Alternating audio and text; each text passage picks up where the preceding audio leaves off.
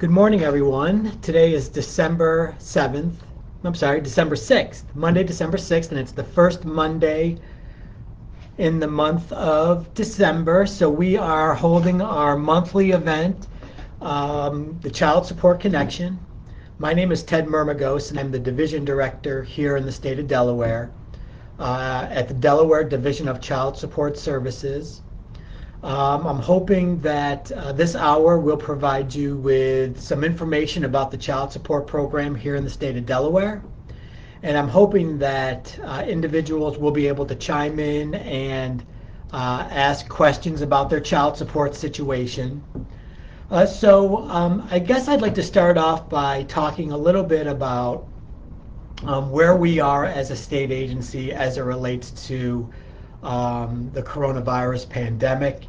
Our offices, since April or March of 2020, have been operating under a process of individuals who have questions about their child support case. We are steering them to our customer service unit. I'm going to give you their telephone number, and I'll probably repeat it a couple times during this hourly event. But to reach a child support specialist in our customer service unit, the phone number is 302-577-7171. And the individual, if you have a question about your child support case, you can call and speak to a child support specialist, and they will be able to triage your particular child support situation and determine whether you need to actually physically come into one of our 3 offices to have your child support matter addressed. And they will set up an appointment and have your worker available for you to meet with when you do reach out to them. The other thing that, so we're trying to make sure that people who physically need to be in our child support offices have a reason to be here and that kind of thing. So we'd really like to try and address your concerns, in person. But we'd rather you try to call that customer service unit number so that we can make sure it's really necessary for you to come into the offices. We are, a state agency, so we're expecting people who come to our child support offices to wear a mask and comply with all of the protocols that we have put in place. We're also we're open. The offices are open, but only by appointment only. And quite honestly, we're hoping to really open our office doors to just general public walk-in traffic. But with the new variant, we're kind of still examining whether that's something we're ready to kind of do. So the number again is 577-7171 to speak to a child support specialist here in the state of Delaware. If you are a client of another state and the non-custodial parent resides in Delaware, we're encouraging you to call the child support office in the state that you reside, and we have a process to work with out-of-state agencies about case processing and how to work with other agencies to get your answers to your questions. So, it's always good to kind of call the other state agency and let us work with them on addressing your child support situation. So like I said, we are open, however, it's by appointment only. The family court in the state of Delaware is open. So if you have an issue that, if you're a non-custodial parent or you're a custodial parent who's not involved with the child support office and you have a situation you want to work through with the family court is open. And I'm always encouraging individuals when they go to family court in the state of Delaware to speak with someone in their resource center. They have a resource center in each of the 3 county courts that you could speak to about your particular issue, whether it's child support whether it's a domestic violence issue, whether it's a custody issue, a visitation issue. Those matters can be addressed at family court through the resource center. The other thing I always like to do when I do the Child Support Connection is to also let you know that on the third Wednesday of every month, I do an hour radio show with Jake Smith down at in Sussex County on radio station 92.7 WGMD. And I always try to promote their app. They have an app, and it's really good. I use it. I live in Kent County, and I use their app, and it comes in clear, and it's, you know. So if you live in Newcastle County, you could still listen to me on the radio. I take questions from the public. I'm more than happy to answer your questions on the radio. And Jake Smith has always been very accommodating to try and address child support matters electronically, or in that media. One of the things, and Jake and I always talk about too, he gets some emails sent to him and he forwards them to me, and I try to respond to custodial and non-custodial parents who have a particular question about their child support case. So it's certainly something I like doing, and have the ability to use resources in the community to try and get people with questions to get answers to their particular questions. If you have a question over this next hour, feel free to put it in the comment section. I love to take questions from the public. I love to take questions from non-custodial parents and from custodial parents. And one of the things that's important to me about being able to take questions from the public is that you may have the same issue or the same challenge that another person has, and they ask it, and you get to reap the benefit of me being able to answer it live on this Facebook Live event. So I'm really looking forward to some questions, and I hope people do put some questions in the comment area. So it's the third Wednesday of every month with Jake Smith on WGMD. Check out their app. It's really promising, and really a good app to use. The other thing that I thought I would do is, I want to talk a little bit about some of our enforcement tools. The state of Delaware has many enforcement tools. In the past on this Child Support Connection event, I've taken the opportunity to talk about our license suspension program. I'm not going to do that today. If you're interested in learning more about the license suspension program, I'd encourage you to go to our website or to go to our website or contact your child support specialist, and they'll be able to answer your questions. I do talk about it a lot. And in previous videos, you can find out information about our license suspension program in the state of Delaware.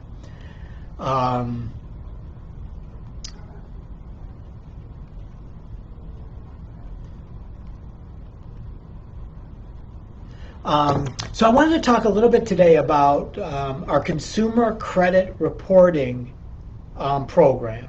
So in the state of Delaware, and just like child support agencies around the country, we have the authority to report to the 3 credit bureaus when there's a missed or late payment by a non-custodial parent who owes over $1,000 or more in past due child support payments.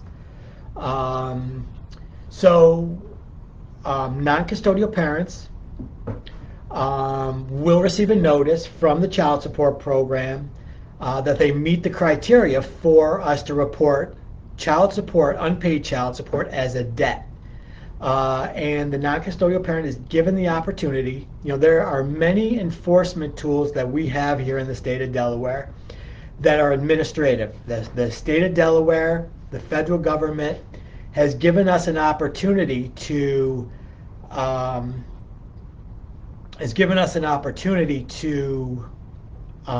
take certain administrative actions. And when we take those administrative actions, we have to inform the non-custodial parent that we're going to do that in advance to give them an opportunity to contest that particular action.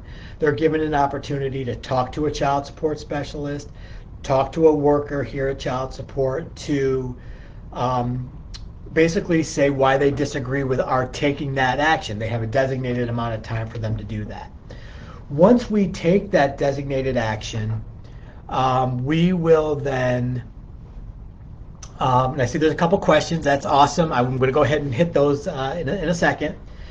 We have an opportunity to respond to their particular questions, try to work out a mutual discussion with why we believe we are in the right to go ahead and take a particular action. So if they've missed payments or been late on their child support and they owe over arrears of $1,000, we can submit them for credit bureau reporting. Additionally, the non-custodial parent can request an administrative hearing. We would hold that administrative hearing here at the Child Support Office and give them an opportunity before an impartial hearing officer to explain why they think our taking that action is not warranted. The administrative hearing officer would issue a response, and they could tell child support, for these reasons, you're not to submit the non-custodial parent, and we would go ahead and honor that particular order and not submit them to the credit bureau.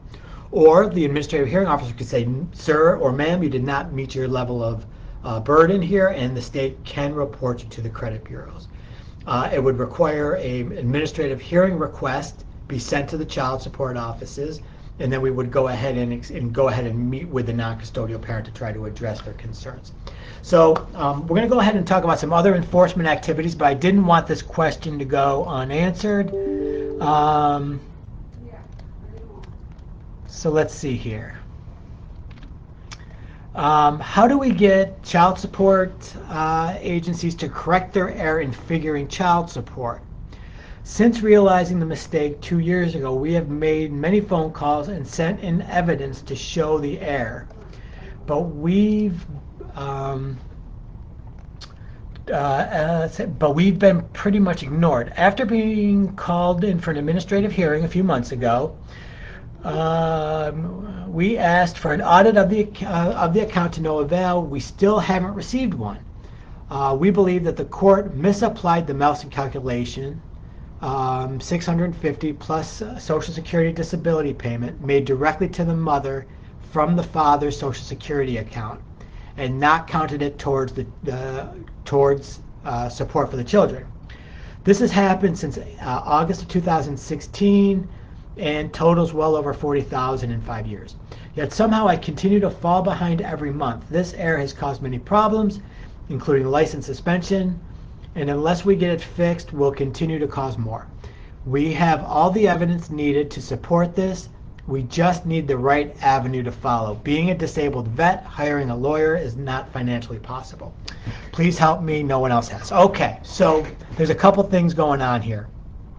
So first and foremost, anyone who wants an audit of their child support case, we have an accounting unit here that can do an audit.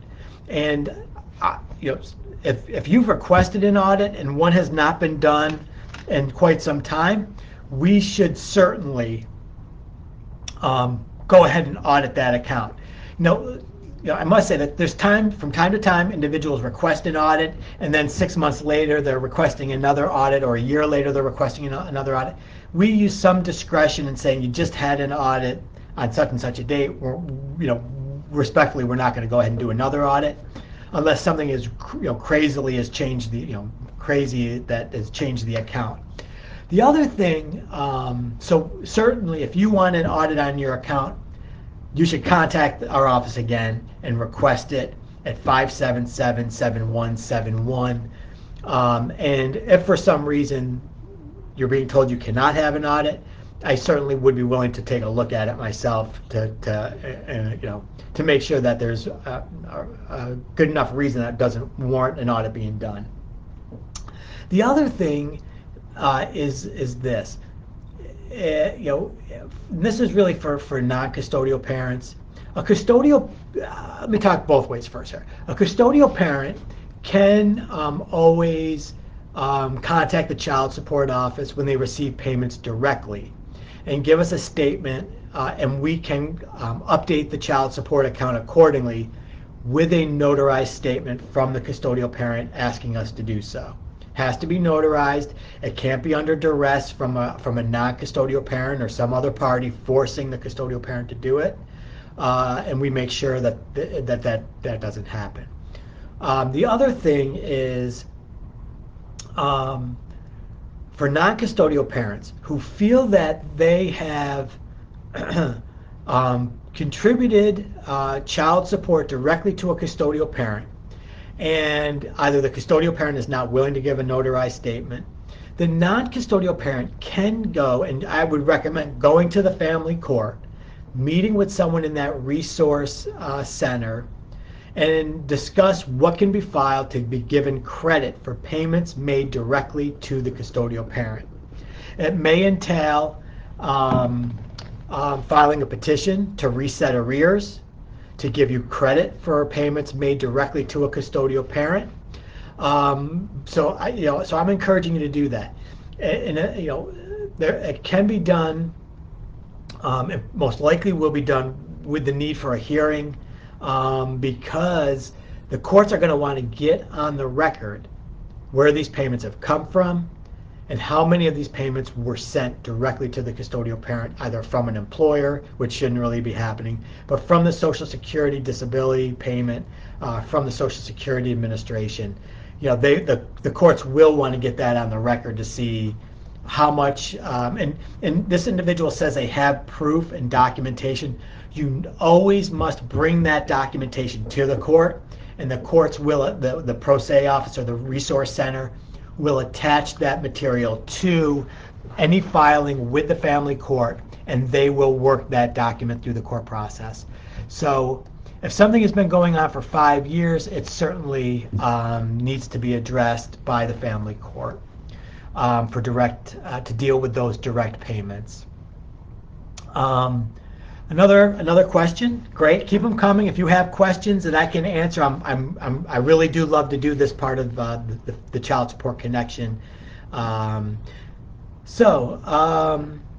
next question is gender bias. It's about gender bias and no oversight with regards to follow-up on where the money is being spent. This individual says 50-50 custody, and I still pay $300 a month, and my daughter tells me that the money is not being spent on her needs. The mother and her boyfriend are enjoying the money and partying. Shame things aren't truly in the best interest of the child. Okay, so good question. I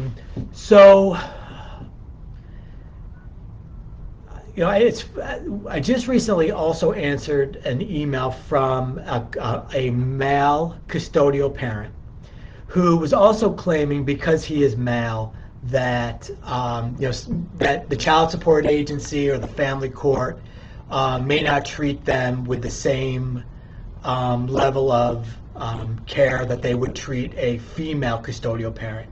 And I certainly hope, from a child support perspective, our agency here at the Division of Child Support Services, that all custodial parents, whether they're male or female, and non-custodial parents for that matter, are being treated the same and with respect and with dignity and professionalism from the Child Support Office.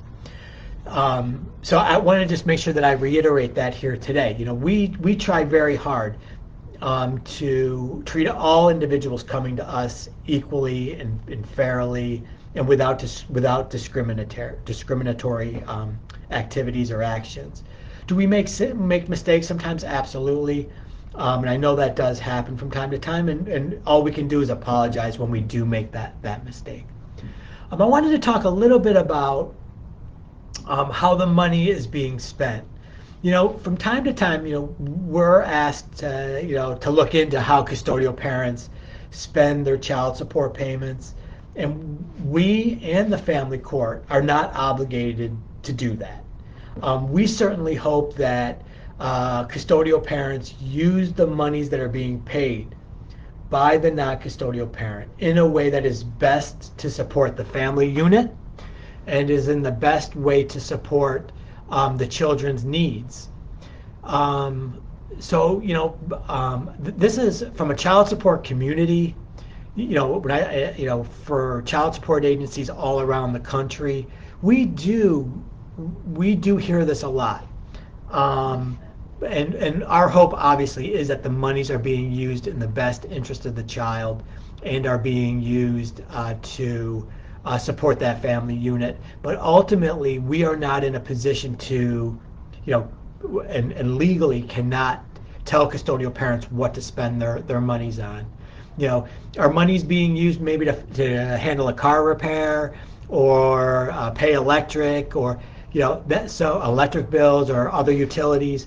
Absolutely, and that's really in the best interest of the child that those kinds of the child support payments would be used to help support that family unit. Custodial parents, oftentimes have to take monies out of their own pockets to pay certain things and then use child support to make up the difference in other areas. So, so all I'm trying to say is from a child support perspective, we hope that child support is being used in the best interest to support the families and to support the family unit, and that custodial parents keep that in mind as they receive their child support payments. And for non-custodial parents, please, you really have to know that and not really worry so much whether the funds are being misused. You're doing everything you can do to support your children, and in this case, support your daughter. And ultimately, the child support agency can't get involved in how custodial parents spend those child support payments. The next question is,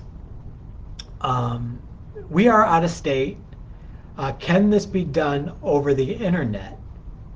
So I'm not sure what you mean by can this be done. So if you want to send me another quick comment to clarify that, I can tell you that there are things that can be done at the Division of Child Support electronically. So we have at the Division of Child Support a customer website, and information about how to sign up for our customer website. If you're a custodial or non-custodial parent, you can have access to your child support case through the customer website. Exactly what needs to be filed at family court. Okay, this case is pretty deep. You may want to look at it. Okay, so the question is, they're out of state. What can be done exactly to file something at family court? So thank you for clarifying that too. If you go to the state of Delaware's website, de.gov, there's a button at the top that will agency listing. If you click on that and go to the family court for the state of Delaware, there are documents that you can download from the family court's website, and actually complete and submit via mail. There's instructions, very good instructions on the family court website on how to file petitions, how to file motions with the family court. The only thing I would suggest is that if you have questions, you can certainly reach out to the family court directly. But the other thing I would strongly suggest is before you send anything in the mail, you know where I'm going to go with this, to make a copy and keep a copy of those documents in case they get lost when you're filing with the family court. Oftentimes, it requires serving the other party by mail. By serving the other party by mail, certified mail or something along those lines. So there's detailed instructions about how to file something with the family court and what you have to do to satisfy the service requirements for the other party involved in the case. So Delaware.gov. There's a button at the top about something about agencies. Agencies. You click on that and you scroll to the family court. I believe is at the very bottom bottom third of the agency listings. Click on the family court, gives you a listing of all the petitions or motions that they have available online. You print it, you can submit it electronically. So I hope that helps. The next question: how can you split in regards to taxes?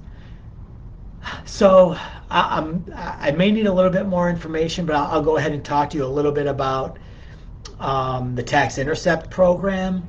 And the Tax Intercept program is another one of those administrative functions that we have here at the Division of Child Support.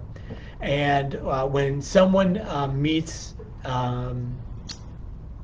certain thresholds of an arrears balance, I believe it's $150 in state arrears that may be owed, or if it's $500 in arrears owed to a custodial parent. It might be the other way around, but you can go on our website and learn a little bit more about the taxes.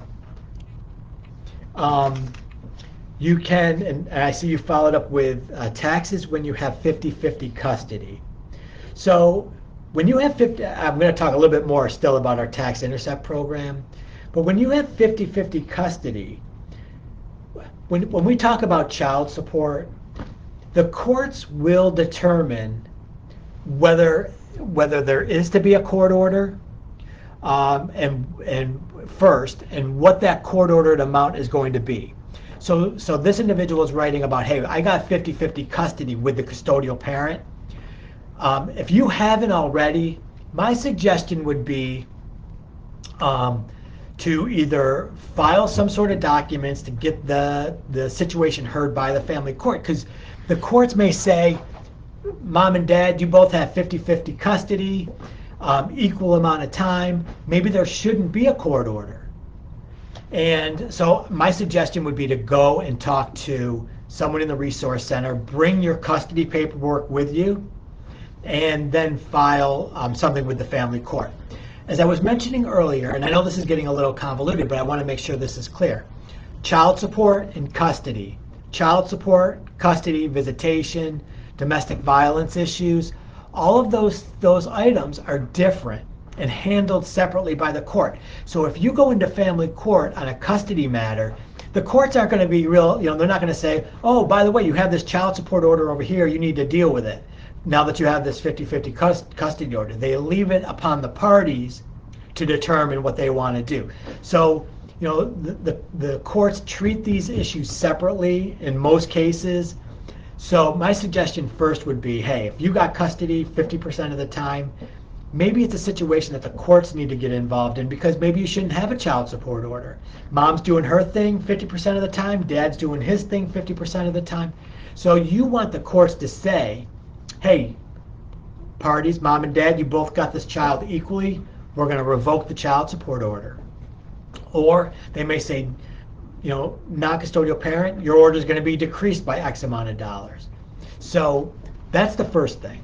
Now, specifically as it relates to taxes, we at the Child Support Office, the tax refunds that we may get to pay off of child support arrears, we don't necessarily get involved in the custody pieces of it.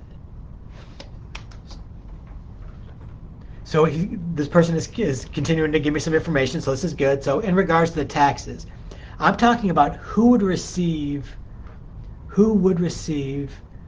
like the earned income credit for the child. Great question. So the earned income credit, that's something too that sometimes the courts may have to get involved in, and that's something that the Child Support Office does not get involved in. And I'm sorry to, after all what we've kind of talked about up to this point, that it's really a situation where custodial parent and non-custodial parent, or in this case, both parents who have 50% custody, should really come together and talk about that. I'm sorry. That I wish it was a more detailed question, and sometimes parents don't get along and may not be able to have a conversation about the earned income tax credit. But the parties should really sit down and talk about who should get credit for that, for the earned income tax credit, and maybe work out a situation or work out an arrangement where Mom and Dad split that money. But the Child Support Office is really not going to get involved in that. and I'm glad you clarified but like I said, I would recommend if you have 50-50 custody to take a look at that and see whether there needs to be a child support order if you still have one in place. I just wanted to go back and make sure I didn't miss anybody's. Okay, so yep. So there was one other follow-up question to the filing of a petition electronically. What petition would one file to get the ball rolling on correcting the support received from Social Security? Mom will not cooperate. So this is why I'm not. I got to be careful not to give out legal advice, but there are certain petitions, maybe a petition to reset arrears, to deal with petition payments that were paid directly. So a petition to redirect arrears, a petition, I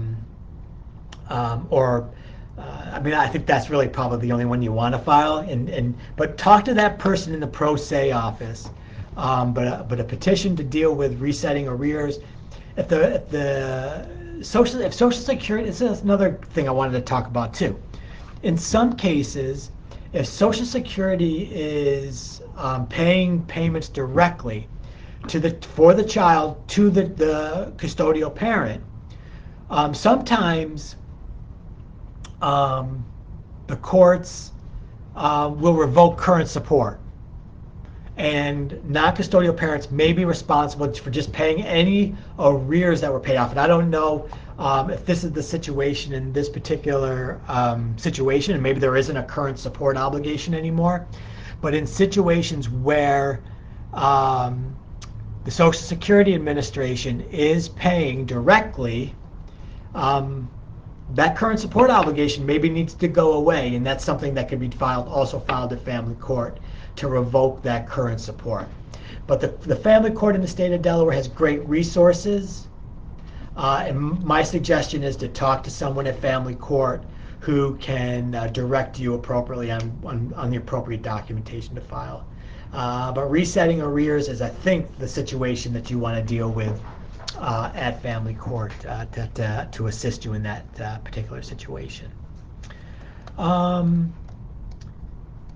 So let's see here. I also wanted to I can talk a little bit more about some other, thank you for those great questions too, by the way. I really appreciate that.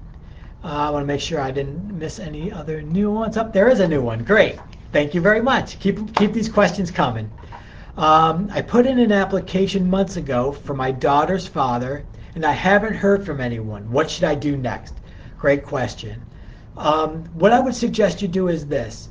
Contact our customer service unit at 302-577-7171, and they will be able to tell you the status of your application.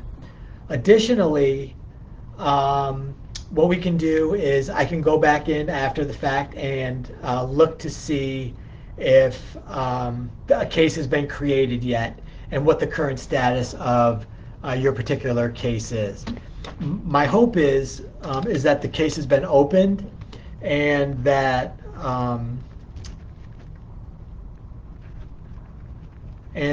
the worker is trying to do some preliminary locate, but we'll definitely take a look at it and someone will reach out to you. But I got your name written down here, and I'm going to look it up after the child support connection is over. And I also recommend, though, also contacting our customer service unit and finding out what the status of that application is.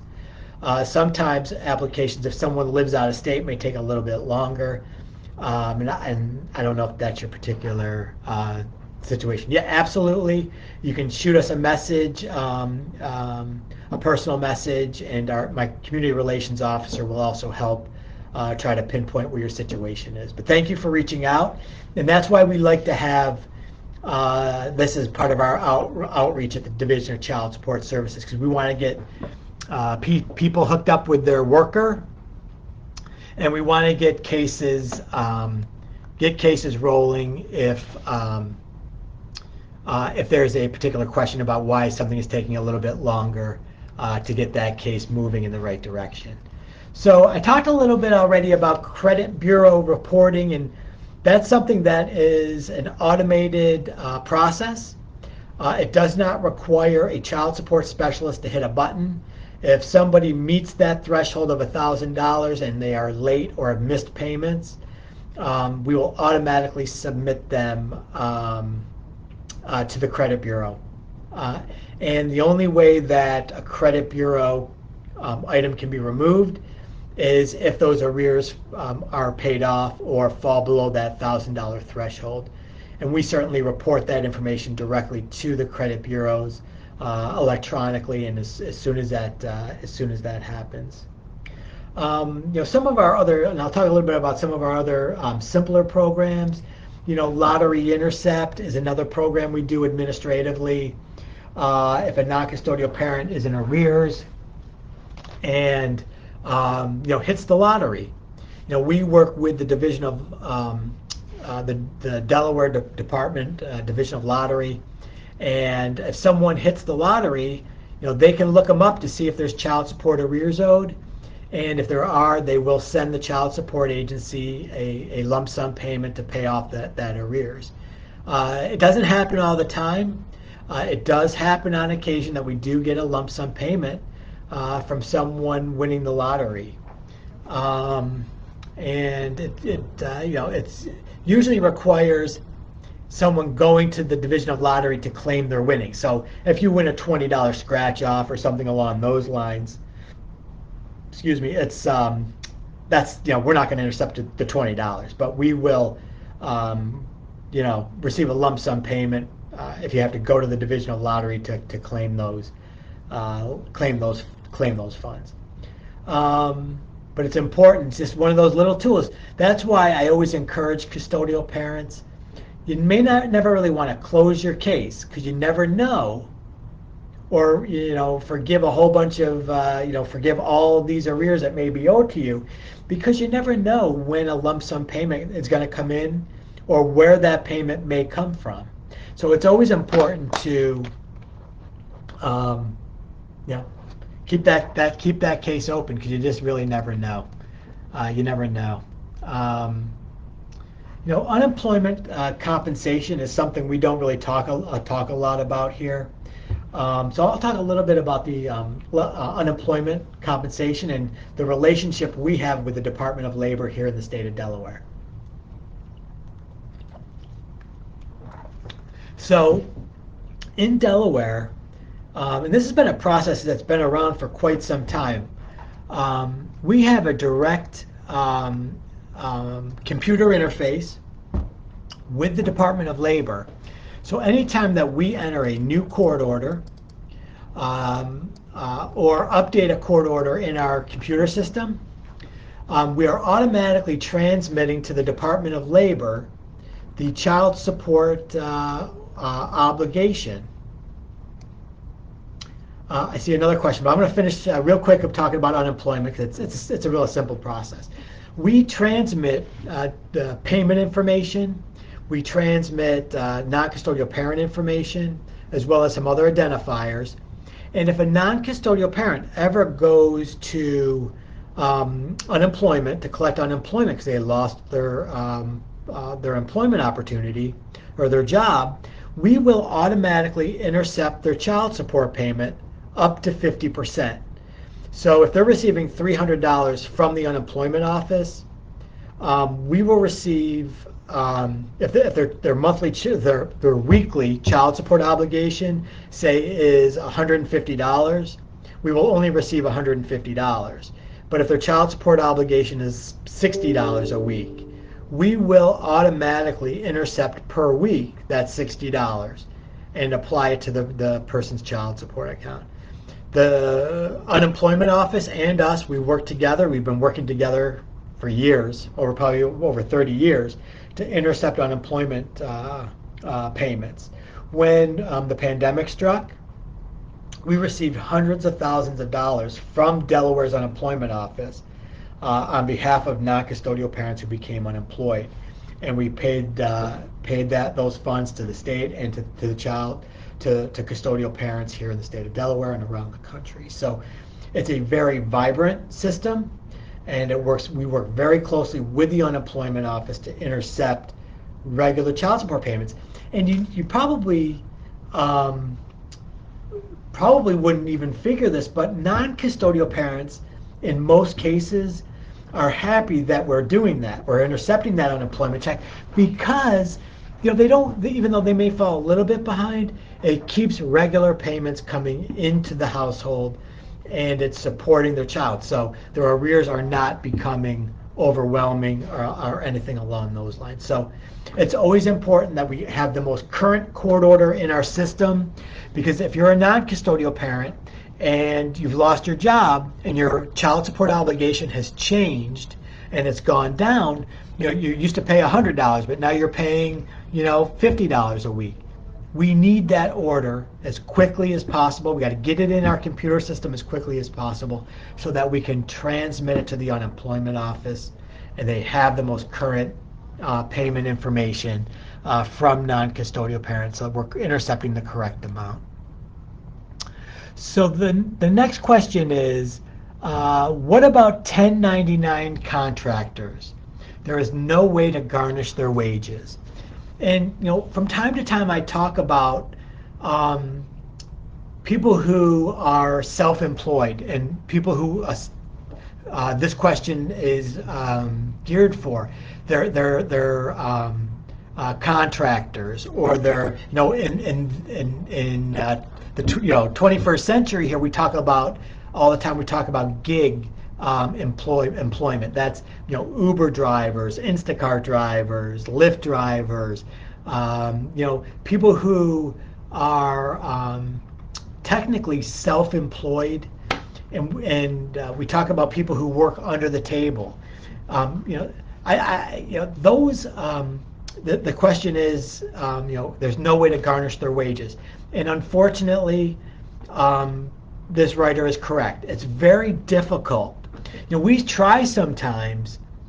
In some cases, some people who own their own companies will say, yes, send a wage attachment. Even though I own the company, we'll send it to my payroll person, and they take care of the deduction. But most times, self-employed individuals will not accept a wage withholding, an order of income withholding that we may send to them. So, and they are required to mail those payments on their own. So this person is absolutely right. We do try to send orders of income withholding to self-employed individuals, but they don't, in most cases, honor those wage withholdings. There are situations where we will then take that individual into court. If they're going to be self-employed, they're required to make those payments on their own to the child support office. We keep those accounting records, and if they're not making those payments, we then address it with the help of the Department of Justice and filing a contempt petition at family court here in the state of Delaware, if it's a Delaware court order, to have the courts address it. Ultimately, we would hope that non-custodial parents who are self-employed would make those payments on their own to keep current. And sometimes, I don't want to disparage non-custodial parents who are self-employed, because some of them do the right thing and make those payments on a regular basis, or have their accounting person make those payments on a regular basis. But they are some of the more difficult child support cases for us to enforce. And around the country, it is problematic. So I hope that answered your question. To try and we did talk at one time about introducing some legislation to deal with gig employers, but the problem with that is that some individuals who work for you're welcome. Yeah, I'm glad that answer helped. Some of the employers work for Lyft and Uber, and they deliver groceries, and they work for Amazon. So, as subcontractors, as 1099 employees. So part of the problem is we could send a wage withholding to Lyft, we could send a wage withholding to Uber, we can send, and then all of a sudden money's coming in from too many places. Non-custodial parents would then be overpaid, overpaying their monthly obligations, and then we have to deal with trying to refund money to non-custodial parents. And quite honestly, it would just create more confusion for not only custodial parents but non-custodial parents and the child support program as a whole. Sometimes you may see I'm looking at my cell phone. I'm getting text messages from my employees who are also watching this live event, and making sure that I'm addressing questions that come in, and helping to manage this Facebook Live event. So it's helpful to kind of keep me on schedule. So so that's, I appreciate those questions, and certainly I'm hoping that more questions come in. We have about 10 more minutes left for December, and then we'll start up again in the new year. But I have a few more minutes, so I'd be more than happy to take any other questions, and we can talk about our Passport Passport Denial Program. The Passport Denial Program is an important program for child support agencies. The passport, and the key word is denial. So it doesn't say passport revocation or revoking of a passport. Child support agencies, with the help of the United States State Department, can deny someone from getting a passport, but we cannot revoke someone's passport. So if they already have a passport, we are not able to revoke it. But if they've been denied a passport, we can stop them from getting a new passport until they pay their child support arrears off in full. Now, from time to time, we get emails from non-custodial parents who say, I need my passport for work, and you've denied me from getting a new one. Or I'm going to attend to a sick family member in another country. And in most cases, we will ask the custodial parent what their thoughts are about us being able to give the non-custodial parent their license or their passport back. In some cases, we ask the non-custodial parent for a lump sum payment. The federal requirement is that the arrears be paid off in full, but we certainly want to try to show some flexibility and try to work between the custodial and non-custodial parents to make sure that we're giving our due diligence here at the Child Support Office to try and accommodate non-custodial parents in the concerns they have. So we may ask for a lump sum payment, to show that they are willing to do a little something to get their passport back. Sometimes in the past, we've had employers send letters on behalf of their employee who needs their passport, and we'll work with the custodial parent to try and find some middle ground to give that person their passport back. Passports are good for 10 years, so it does become a situation where if we're going to give someone the opportunity to give their passport back, they got to know that, hey, this is a 10-year deal, and that's the situation. But ultimately, the Child Support Agency is really the ultimate authority on whether we want to reinstate a passport. And just like we've mentioned already, the non-custodial parent, this is an administrative enforcement tool. So the non-custodial parent does get a letter from us that says we're gonna deny you a passport, and they do have the ability to ask for an administrative hearing. So passport denial is for a non-custodial parent who owes $2,500 or more in past due child support. And the federal welfare reform legislation requires that states deny passports to non-custodial parents who do not pay their child support. So $2,500 in arrears, and if they are not paying their child support obligation, we can deny that passport. So I talked a little bit about some of the enforcement tools. There's more. I'm going to kind of save them for the next time in January when we have our next Child Support Connection. I may talk a little bit about these items in our in my 92.7 WGMD radio show on the third Wednesday, which is coming up next week on December 15th. I'll be with Jake Smith between 10 and 11.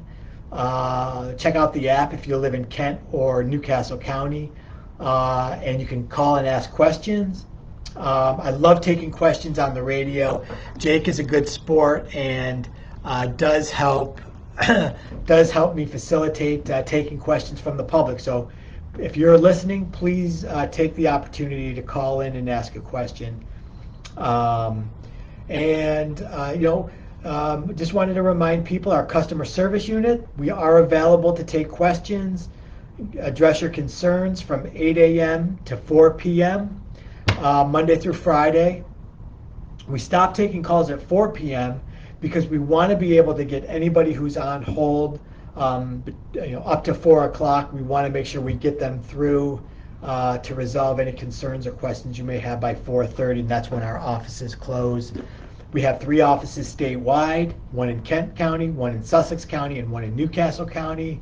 I'm always encouraging people to go to our website. Our website has great information about our child support program. It has great information if you're an employer, on information you need to honor wage withholdings.